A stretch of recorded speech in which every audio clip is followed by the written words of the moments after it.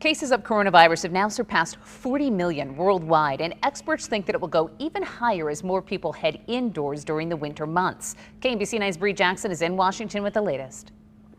Haley, House Speaker Nancy Pelosi says a deal must be reached by Tuesday in order to provide much-needed relief by Election Day. Now, this comes as officials are looking to stop a recent surge in cases. With COVID cases surging in most states, Dr. Anthony Fauci warning of a tough road ahead during this 60 Minutes interview. You cannot say that we're on the road to essentially getting out of this. Figures show most states are experiencing a rise in cases and deaths, including Wisconsin.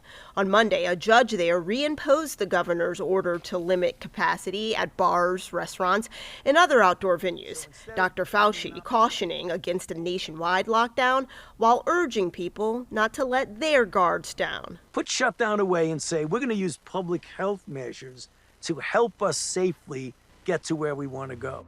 As states look to slow the spread, the clock is running out on Congress to send relief before Election Day. House Speaker Nancy Pelosi setting a deadline for Tuesday. We've made an extremely good faith offer. Hopefully she'll recognize that. Negotiators are optimistic they can reach a deal as the White House ups its offer to $1.8 trillion. Democrats still pushing for more. The devil's in the details. They're not offering anything for states and local, which we need. Even if an agreement is reached, there's no guarantee the Senate will be on board. Whether there's enough votes to get to the 60-vote threshold, that's up to Leader McConnell. McConnell does not want a deal. McConnell indicated that from the beginning. And this week, Leader McConnell plans to resurrect a measure that already failed to pass. If Congress doesn't act soon, COVID relief could be pushed into 2021. In Washington, I'm Bree Jackson, KMBC 9 News.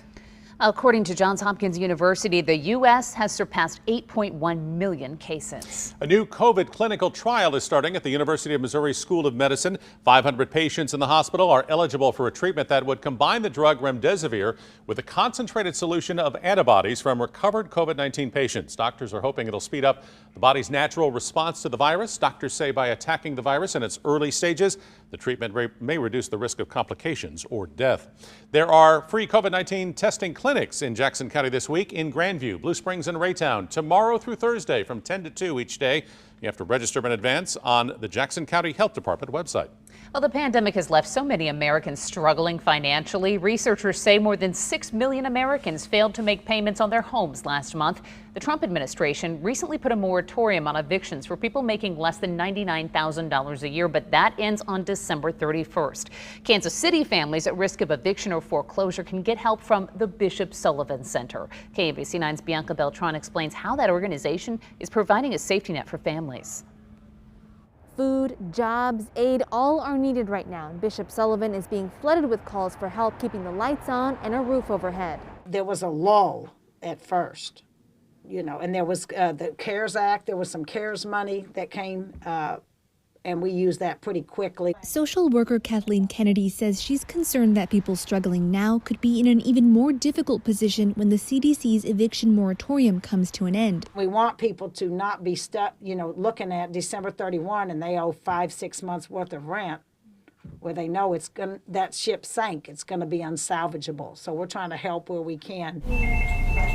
Bishop Sullivan Center, this is Rick. May I help you? Monday afternoon, their resource room was full of people looking for work. I think we're slowly seeing more people in the employment program since the stimulus ended July 31, the extra federal unemployment, but it ebbs and flows week to week. Kathleen says more stimulus funding could help relieve some of the need. Until then, she'll help find the funds or the opportunity needed to make it through. People are just scrambling, but there are employers hiring. A lot of folks don't realize that. We just want to be here as a resource for those who we know need it. In Kansas City, Missouri, Bianca Beltran, KMBC 9 News. Emergency financial assistance is available to families below 185% of the poverty level in Jackson, Clay, and Wyandotte counties. The Mid-Continent Public Library System is shutting down the Red Bridge branch in Kansas City due to a possible COVID-19 exposure. A staff member there tested positive for the virus. The library is trying to notify customers who visited the branch Thursday.